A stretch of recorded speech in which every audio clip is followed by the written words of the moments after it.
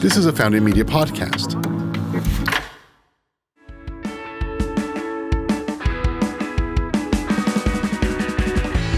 Welcome back to Masters and Founders, where we share the stories behind Austin's entrepreneurs. I'm your host, Dan Dillard. Today, we're kicking off a new segment of Masters and Founders, the Founder Spotlight, which is a series dedicated to diving in a little deeper into entrepreneurs' story. This Founder Spotlight is sponsored by PJ Christie of Search Convert, which is an Austin-based marketing agency that can help your business by getting you more leads through your website. A few years ago, PJ Christie launched an initiative called Black Businesses Matter, where he provides free SEO optimization and marketing services to Black-owned businesses in Austin's entrepreneurial community. We're going to meet a few of the founders who have graduated from his program and share their unique entrepreneurial journeys. We're kicking off this series with guest Shannon Stott, who is the founder of the production company Improv on and off the stage. Shannon shares how she took the leap from corner office to entrepreneur, how improv skills can help us in business and in life, and the unique challenges that she faces as a Black female entrepreneur. It's a great episode full of inspiration, insight, and advice. So let's jump right in. Shannon, so how'd you meet PJ? How did I meet PJ? This is, I love this. I met PJ in a co-working space, and just like improv, and we're going to talk about improv all the time today, but just like improv, I really had to just jump in and trust that what was coming out of his mouth was true. And we have to do that on stage and obviously off stage. And it was, PJ, it's so fun to talk to you about how we met, because I remember getting down to brass tacks in business and like having you give me information and thinking to myself, this is not real. Like, who is this person? Why would they help anyone? Why would anyone help anyone ever at this point in time? And having to fall back on like improv training, really, and just be like, you know what? We can only trust them as much as they're telling us that we can trust them. So we're going to jump into this. But it's always fun to like hear your version, because there's like this, seems like there was this long courtship that I was unaware. Our friendship had courting time that I wasn't aware of. PJ, you want to talk about that? Yeah, well, I wanted to be Shannon's friend as soon as I saw her across the room, Love it. Well, VUCA and co-working is a fun situation, because there's new members that come through all the time. And I've learned to recognize the deer in the headlights look of a new member who comes in and doesn't know, where the coffee is, or, how to book the rooms or something like that. I've been a member of VUCA for a really long time. And so when I see new members, as Shannon was a new member, my first instinct is just to help make sure that she's comfortable here. Yeah. And that's just what I do for everybody. And so, it really starts with this as a community. And, my interest at VUCA has always been, how can I help stabilize this community? And a stable community has knowledge and shares and creates together. And Shannon certainly seemed like somebody that I could share and create with. And so I was eager to explain the program, the whole Black Businesses Matter program, and how it provides free services, and then reiterate once again and twice again that these are always going to be free services. So this is something you started a while back. Yeah. So I had already been doing Black Business Matter for over a year before Shannon and I met. I had already helped six businesses through the program. And no wonder Shannon was like, what's all this help? I'm not sure about this. Yeah. But you to you, it was like, no big deal. This is what I do. This is part of who I am. So I get that for sure. Yeah. I have a lot of confidence that what I'm doing is the right thing for me and for the right, for the people in the community. But what was funny is that we had done a year and we had done 6 businesses, and it was really, really interesting on my side. And the question for the company, do we want to continue to provide search engine optimization services and landing page services and the data and the analytics? Do we want to continue to provide those for the people who were in the program the first year, or do we want to refresh it with new memberships? And that it wasn't necessarily a given that we were going to refresh it with new memberships, but as soon as we decided that we were going to do it, of course, it was no problem finding another 5 companies to help out. And so then the question was, well, how do we graduate, in essence, the previous year's businesses? And what we decided was there's no reason to graduate the previous year's businesses out of the program. They weren't taking a lot of our resources. Right. We just treated it like a yes and. Yes, we will continue to help them. Yes, we will start new companies through the project. We did do it a little bit differently. For Shannon, I really wanted to immerse myself in her business, and I didn't give myself that opportunity in the first year. So Shannon, back to you. You said improv. I want to learn more about the business. Can you talk to me about your business and your journey? Yes. So the business is improv on and off the stage. Like I am only recently getting to the spot where I'm like getting to say the thing, because it used to sound like, I run a thing, and it's called improv on and off the stage, and I guess I teach improv. Like that's what it used to sound like. But now it sounds like I own a production company called Improv on and off the stage. We provide shows and classes and really content to help people connect with themselves and others through improv. And that's what we do. That's what I've been doing. I've been teaching improv for over 20 years. Right now, we recently pivoted. And so we are a production company. We're not teaching classes on a regular basis, but that's what we do. We're doing shows online. We're doing shows live. We are trying to show people that they're already doing improv, and now we want them to do it on purpose. And this is both people and corporations, right? So you also help corporate companies like do improv, and the benefit there, I would imagine, is just being able to be better at sales, being able to be better at communication with other coworkers and clients. Is that more or less the thought process? I'm just kind of guessing here.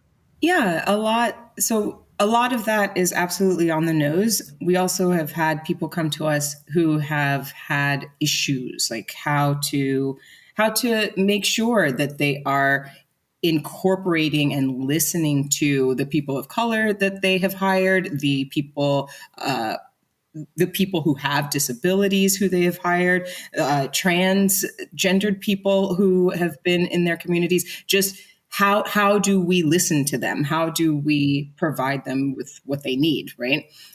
So yes, companies, and yes, people. That's awesome. I love that you're like, we are here to help with the hard conversations, which shouldn't be as hard, but the hard conversations and how to transition that through improv. I love that. Want to talk to you about the journey. So, you said you've been doing this for 20 years. What was that first? What was the spark that got you into improv? So we, as a family, my family is a global family. My parents were foreign service, and we traveled everywhere. We lived in lots of places. And finally, when I settled down in Richmond, Virginia, I started doing comedy sports, which is improv, an improv theater that is nationwide. And I started doing comedy sports. I started learning improv, started teaching.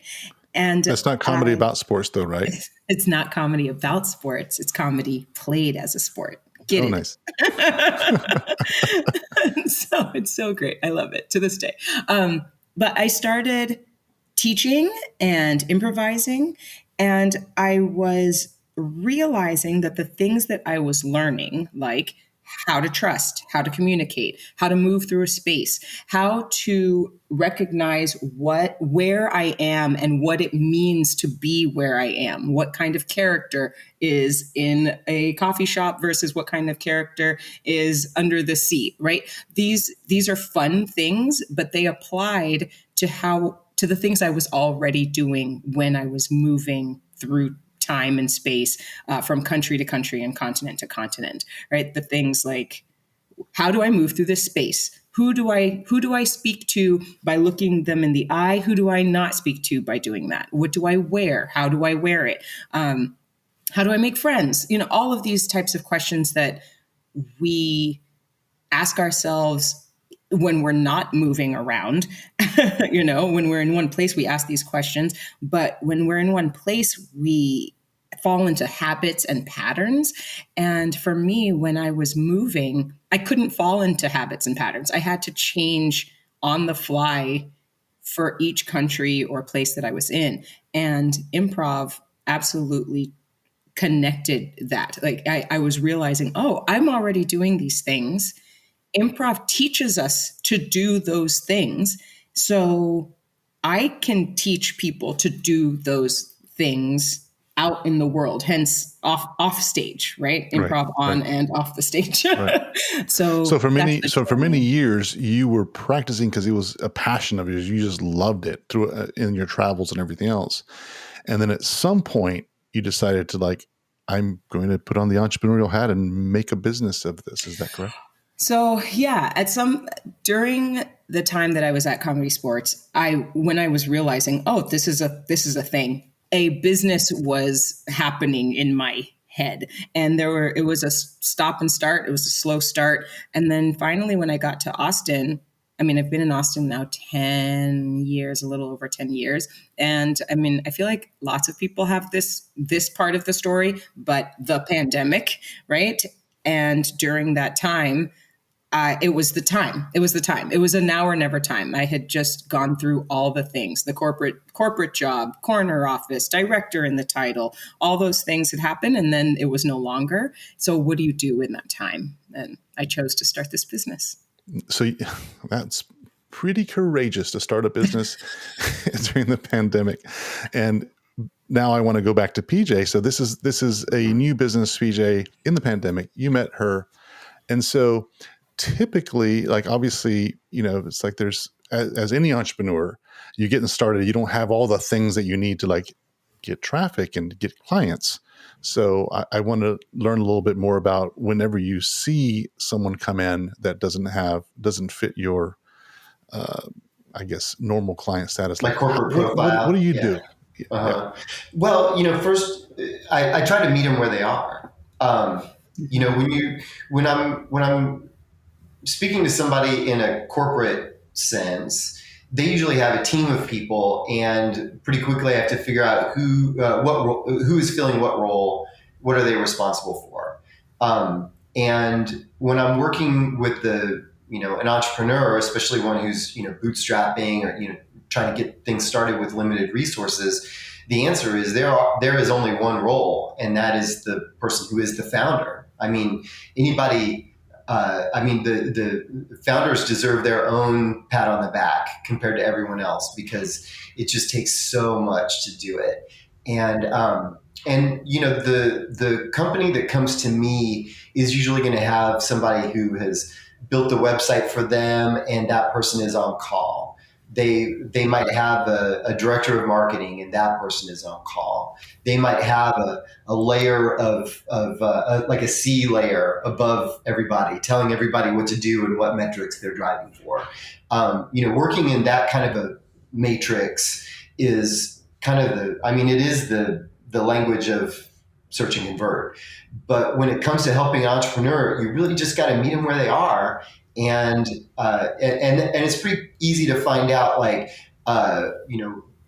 questions like, what's your website platform? How did you choose it? What's next in your design process?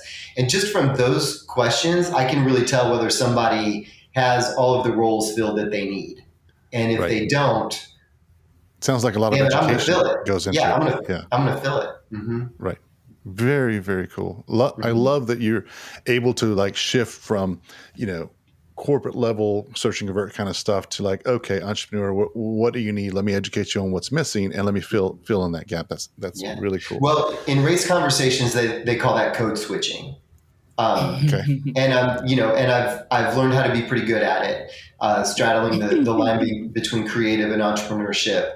That there's a time when it's a get to know you conversation, right? Right. And then there's a time when it's how can I help you? And you've got to have one conversation before the other. You got to get to know somebody before you can really, serve their needs. And I consider what I do a service. I consider that I am in service to my friends and the people in my community. I take it really seriously. That's awesome. Shannon, back to you. I'm curious, we're celebrating Black excellence in entrepreneurism. I'm curious about systemic issues in your industry. So you've been in business a couple of years now during the pandemic. What kind of challenges have you faced? That question is so interesting. The question is, anytime I hear it, it's interesting. What kind of challenges have I faced? I faced all the challenges, just whatever challenge you face as an entrepreneur, not having money, not having clients, not having anything. Those are the things. But I think what you're asking. You mean you didn't have it all figured out when you first started?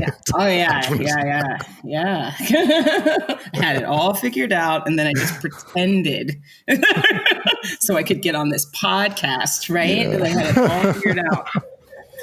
Mission accomplished. We got it. The thing about any industry is, and I think it's almost any industry at this point, is if it is run by white men, that's really who you're going to see. So as far as race goes, the challenges are how to convince someone, especially in companies, that the face of what they're doing is mine. How to convince them that it's mine. But at the same time, when the pandemic hit and George Floyd was murdered and Black Lives Mattered was like shooting to the forefront as far as being recognized, suddenly now there was a shift for what and who I am, right? And that is also a challenge. I would imagine it's like both sides of that coin are really strange. I'm telling you, we're going to go all over this place here, but suddenly my phone is blowing up, right? It's February. So suddenly people want me to work. People want me to show up to their conferences and do podcasts, right? And show up to places. But that is a challenge as well, right? Is there a time, should there really be a designated time where a person of color and their voice is more predominant or more valuable than in March or December or June? What? So anyway, all of that to say that yes, as far as challenges go, it is a mental challenge to decide where I want to put my voice, where I want to put my face. I've had to ask people to take my name off their websites, right? Not because they are doing something wrong within their company, but because they're using my name and face as a nod to them promoting Black people or people of color or women, right? But they're not actually doing it. They're just using my face to promote these things. So those are challenges that as Shannon Dale Stott Davis, those are challenges that I go through. And I believe that probably many entrepreneurs of color go through, because you are pounding the pavement, you are looking for money, but who are you going to be in service of? How are you going to take that money? So when getting back to talking to you, PJ, there was this, is it free? There's that part of it. How much am I going to pay later? But some of that payment that we're talking about isn't financial. It's spiritual, it's moral. Like, am I going to find out later that really the person that I'm working with isn't wanting to actually work with me? They just want to say that they are working with me. Yeah. These are the things. These are challenges.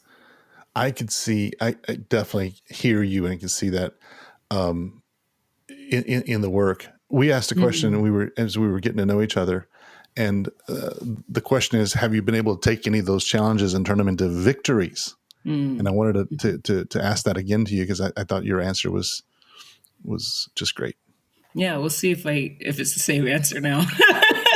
But the nuts and bolts of it is, I am here, and that is a victory. I am alive. I am running a business, and that is a victory.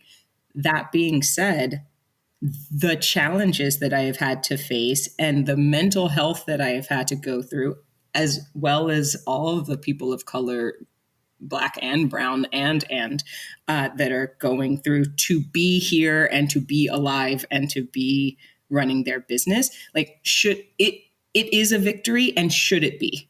That is the question, right? Should I have had to go through all the things that I went through? Like, and excuse me, someone will say, well, yes, resilience, right? Resilience will make you stronger. But is the resilience forced upon me? I believe that it is, right? So there is this joy that comes with, like, understanding that I am owning a business. I am doing something that I'm passionate about, and I am majorly privileged to be doing it. And then on the flip side of that, there is like this, you look at other people and they may be in the exact same place that I'm in, but they didn't have to be as resilient, or they didn't have the same challenges I went through. And some of those challenges are directly a result of my gender and my race. And that's right. Yeah. Well, one of the things that when we were talking about this before, you're like, well, what do you mean by that question? And I asked that question to every entrepreneur. And what, because when you put the entrepreneurial hat on, as PJ mentioned earlier, you're wearing a lot of hats. It's not just one. And every morning you got to wake up, what hat do I put on for the first 10 minutes of the day? And, just keep doing that. So every entrepreneur that decides that I'm going to go build something, I'm going to go create something out of thin air, has challenges. And it is nothing is written, and there's no rule book. You just got to keep having courage and faith, and keep putting one foot in front of the other. You have all of that. And in addition, what I'm hearing you say is, I have all of that, plus I have these things that just shouldn't exist. And so I just think that also is courageous. It's also something that shouldn't be there. And I'm glad that we're having this discussion, because the more people that are aware of this, should be just a normal thing. So I'm really happy about that. There's another factor I just want to say to talk about the systemic side that I've noticed. And Shannon is a case of one, right? But in my unique experience, I've got cases of probably 20 examples like Shannon.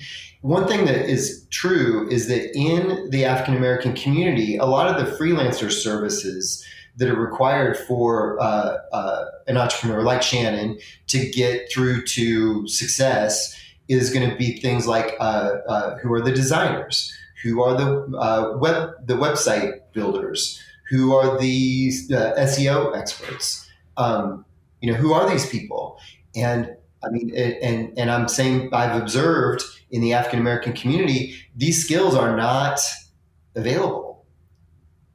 It's almost like if I wanted to hire somebody who knew SEO, and I said, I really want to hire an African American person for this, I would go out and speak to people, and I would be able to say, hey, I can show you how to do SEO. I'll train you. You'll be a junior. You'll understand how to do it, and then you'll have a marketable skill at the end. But if that individual looks around in their family and in their friends and in the people that they went to school with, and none of them have ever made a dime off of providing SEO services or web design services, they're just not going to think it's for them. And I do think it's a systemic issue because these are the creative trades. And I think that the African-American community is uniquely positioned to be in the more creative trades. And yet the infrastructure to get them to success is not there all the way across the board. And this is a bigger issue than just Shannon. This is, I think, the challenge of my generation is to introduce this opportunity. Yet another challenge. The question I want to ask Shannon is your role as a founder, and you said earlier that you teach improv to people and corporations and things of that nature, and you're helping them have the harder conversations, maybe the conversations they're just not used to, right? So how has that work that you've been able to that you're doing for others helped you kind of address these issues? I think like anything else, when we teach things, we learn them, right? You know, when we're in a space where we are teaching someone to do anything, we learn. Best example.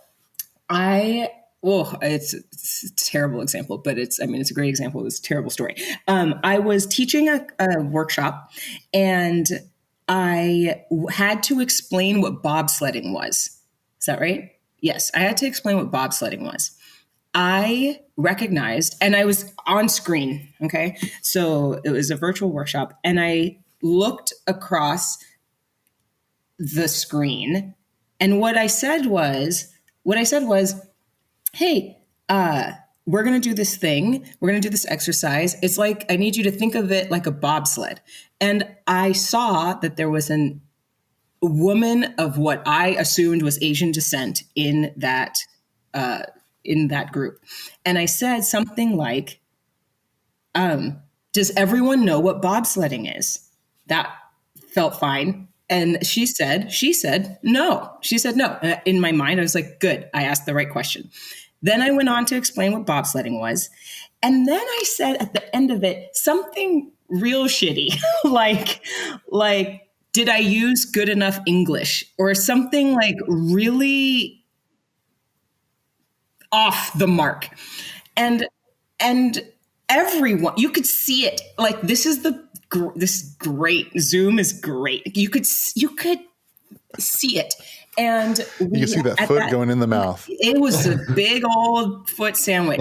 Anyway, we had to leave. We had to like get out of that group and go back to the main group or whatever. And in that time that I had, I was like, good Lord, what am I going to do? And then we came back, and because I have been doing improv for a long time, I know that at any given time, you can stop a scene. You can stop a scene and self-correct. You can stop a scene and move to another scene. You can fully erase it, whatever it is. So I used that as, we went back in and I could have just kept going. I had the ability. I could have just kept going. But instead, I said, hey, I'm so glad we're back together. I want to stop right here and apologize.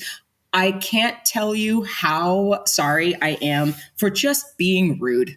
Like, I just felt whatever I said, I felt rude, and I feel like you all, felt that. So I just want to apologize now for it. And it was like the anus is released. You know what I mean? Like, because we were just like, holy shit, who is this person? And so my point, you could breathe again. Yeah. And so you're asking like hard conversations. Hard conversations really aren't that difficult. They're not, people make it difficult because they are unwilling to put themselves in spaces where they feel embarrassed, right? Yeah. Instead of just addressing the fact that you're embarrassed, we just sort of move on through it. And improv isn't about teaching you how to have a hard conversation. It's about lightening yourself and being aware of other people so that you can be vulnerable so that you understand it's okay. It's fun to be vulnerable. It's okay. People appreciate it. We can change this scene. And that scene is, oh, I'm going to get way big, but the scene is the world, right? Mm-hmm. Mm-hmm. Like, if you can figure out how to be vulnerable enough to say sorry, to be empathetic, to try and understand someone else's point of view, these are the things that help grow and strengthen relationships, and they are the things that help change the world. I Ding. love it. It just it's such a simple solution, but it is hard. It's the ego or something inside that is just, tells society it's hard. And it's really just swallowing that and saying, no, I want for the greater good, just be real. And that's awesome. I love that you shared that. Thank you very much. I'm going to change now I'm going to stop the story and change directions. Good. Since we're celebrating Black excellence, do you have any favorite entrepreneurs who've inspired you or inspire you now? Yeah. Right now, when I was talking to you all earlier, and I said that we had pivoted towards being a production company. Right now, like Monkey Paw Productions and Hooray Productions are really, Issa Rae and Jordan Peele production companies are really inspiring to me. The fact that they are truly trying to reach the Black community and tell stories in ways that it's just different. Like when I watch Jordan Peele's horror movies, I'm like, oh no, that's really what it's like. And you look around and sometimes there are other people in the theater. Do we go to theaters anymore? But there are people around who understand what you're going through. And there are people around who really don't, but they are horrified, but they don't know why. They don't know why and that's also amazing.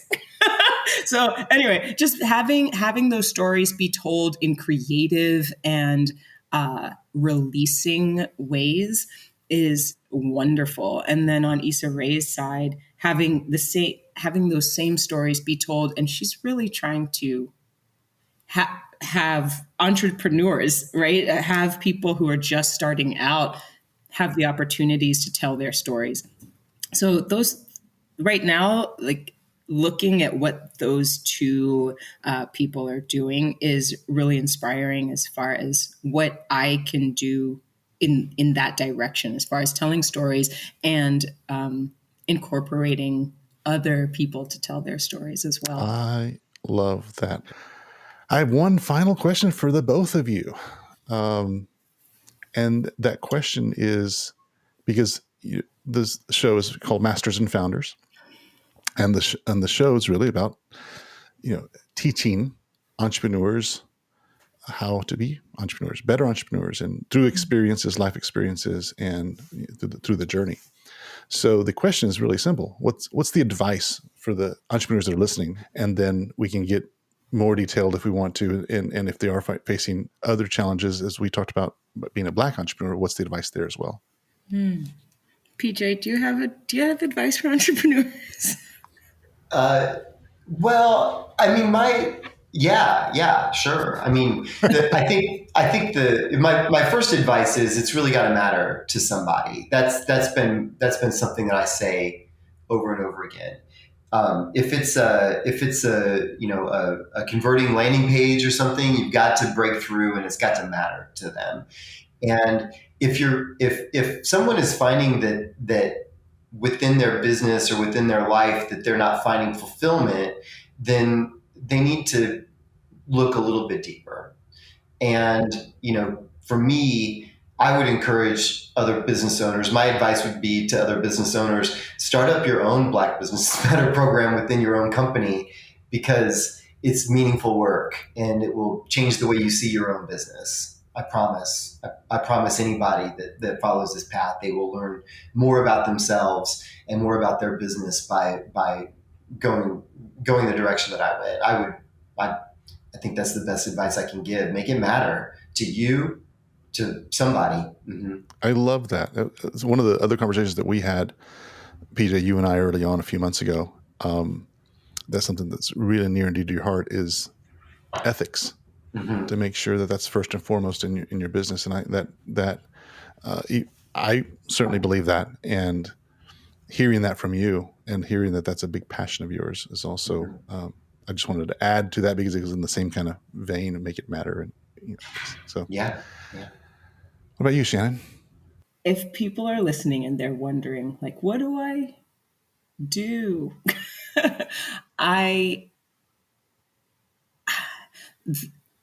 Recently, I have had to sit down and tell myself and look at my past and history and look in the mirror and say to myself, oh, I'm not crazy.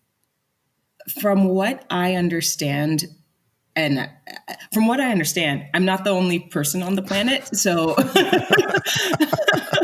there are other people who go through the same experiences that I've had. And one of those experiences, as far as being an entrepreneur, is having people that you trust and love, or who you feel like you trust and love, tell you that your idea is crazy. And sometimes that word isn't used, but it can come out like, that's too much, or how do you think that's going to work? Or that I've never seen that before. All those things are different ways of saying that somehow your idea or you are off the beaten path. And as earnestly as I can tell you, listener, you are not. And the behind that is go forth and keep digging at what you're passionate about, or what the thing is that people are telling you is off. Because usually it feels, you can tell, there's something in you that's like, it keeps coming back to you. You keep turning towards this thing, and there's a reason for that. So you may as well follow it. That's great advice. I really love that. I mean, obviously within the journey, and this is just, conversations I've had in the past, there's pivoting and things of that nature that have to happen throughout your journey. However, I do believe that the universe provides us each a calling, and that calling is what you're talking about, the voice that keeps saying this needs to be done, and listening to that voice is what I'm hearing you say. Is listen to that voice and keep going. So love that. Yeah. Thank you very much for being part of the show. Really have enjoyed listening to the story, listening to all of the journey that you have gone through and are going through now, and the impact it's having. Thank you very much. Thank you for having me. Thank you, Dan. Thank you so much for sharing your experiences and story with us, Shannon. It is awesome to learn how using improv skills can help us become more empathetic and present, and how learning these skills can change the world. And thank you to our listeners for tuning into this Founder Spotlight, a series brought to you by Austin's #1 entrepreneurial podcast, Masters and Founders. To learn more about improv on and off the stage, follow Shannon on social media at Improv On and Off, and find more information at her website, shannonstott.com. You can find PJ and the Search and Convert team by visiting their site, searchandconvert.com. This Founder Spotlight series is sponsored by Search and Convert, which is an Austin-based marketing agency that can help your business get more leads through your site. To learn more about corporate podcasting, visit us at foundingmedia.com. Thank you for listening. If you enjoyed this podcast, don't forget to subscribe and tell a friend.